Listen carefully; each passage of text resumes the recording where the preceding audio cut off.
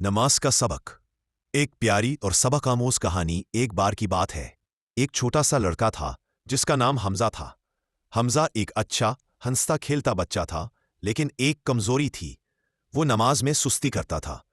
ہر روز صبح فجر کے وقت اس کی پیاری امی نرم آواز میں کمرے کا پردہ ہٹاتیں اور کہتیں، حمزہ بیٹا اٹھو، نماز کا وقت ہو گیا، پہلے نماز پڑھ لو، پھر آرام سے ناشتہ کر کے اسکول چلے جانا۔ حمزہ آنکھیں آدھی کھولتا، آہ بھر کر پھر بند کر لیتا اور کمبل اوپر کھینچ لیتا۔ ماں کی بات جیسے اس کے کانوں میں پڑتی ہی نہ تھی۔ کچھ دیر بعد سورج کی روشنی کمرے میں بھرنے لگی۔ امی پھر آئیں اور پکار کر بولی، بیٹا وقت گزر رہا ہے، اٹھ جاؤ۔ اس بار حمزہ ہڑبڑا کر اٹھ بیٹھا۔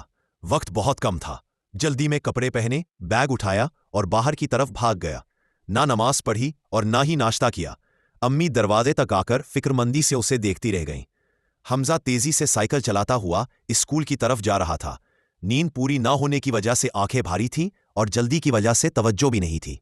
اچانک اس کی سائیکل لڑکھڑائی، توازن بگڑا۔ دھڑام!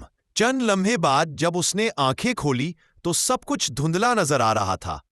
اس کے کانوں میں ایک مانوس پیاری نرم آواز گونجی، حمزہ بیٹا نماز پڑھو۔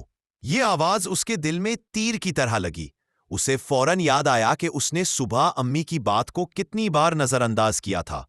اس لمحے اسے شدت سے احساس ہوا کہ ماں کی ہر نصیحت اس کی بھلائی کے لیے ہوتی ہے، اور نماز اللہ کی حفاظت، برکت اور سکون کا سب سے بڑا ذریعہ ہے۔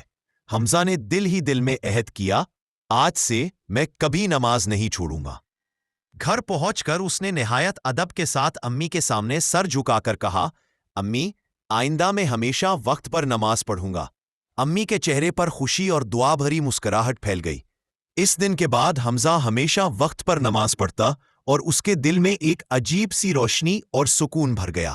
حمزہ نماز اپنی مکمل کر کے جائے نماز جگہ پر رکھتا ہے، پھر اپنی امی کے پاس آ کر امی کی گود میں سو جاتا ہے۔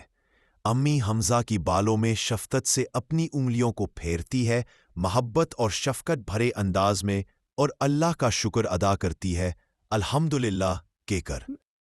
ارحم الربی اجعلنی مقیم الصلاة ومن ذریتی ربنا وتقبل دعاء ربنا اغفر لی ولوالدی وللمؤمنین یوم یقوم الحساب۔